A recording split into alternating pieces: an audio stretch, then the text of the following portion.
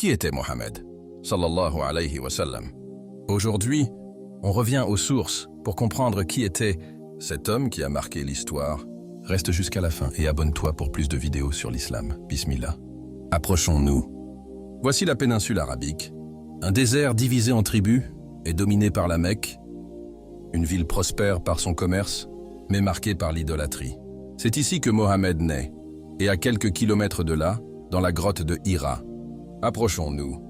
Voici Al-Nour, la montagne de la lumière. Et maintenant, voici la grotte de Hira, un lieu sacré où Mohammed méditait avant que la révélation divine ne vienne bouleverser sa vie et l'histoire de l'humanité. Mohammed ibn Abdallah naît en 570 à la Mecque, dans la tribu des Quraysh. Orphelin dès son jeune âge, il est élevé dans le désert par Halima as-Sa'diyya. À l'adolescence, il travaille avec son oncle Abu Talib et se distingue par son honnêteté. Surnommé Al-Amin, il est reconnu pour sa sagesse. À 25 ans, Khadija bint Khuwaylid, une commerçante influente, l'embauche et, impressionnée par son intégrité, lui propose le mariage. Leur union devient un exemple d'amour et de respect mutuel. On peut voir ici que la femme a une place importante dans notre religion, puisque c'est elle qui a voulu se marier avec le prophète et qui l'a embauché. À 40 ans, lors d'une nuit du Ramadan, sa vie change radicalement. Alors qu'il médite dans la grotte de Hira, l'ange Jibril lui ordonne « Iqra !» Effrayé, Mohammed récite les premiers versets du Coran. Tremblant, il va voir Khadija, et un érudit chrétien lui révèle qu'il est le dernier messager d'Allah.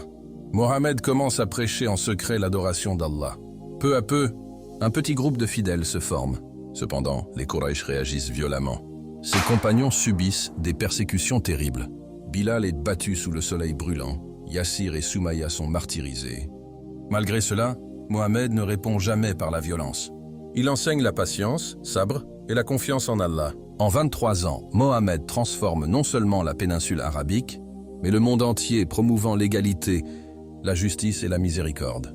Son message touche aujourd'hui plus d'1 milliard de personnes. En vérité, vous avez dans le messager d'Allah un excellent modèle.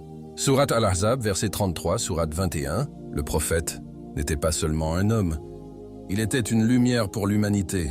Et son histoire ne fait que commencer.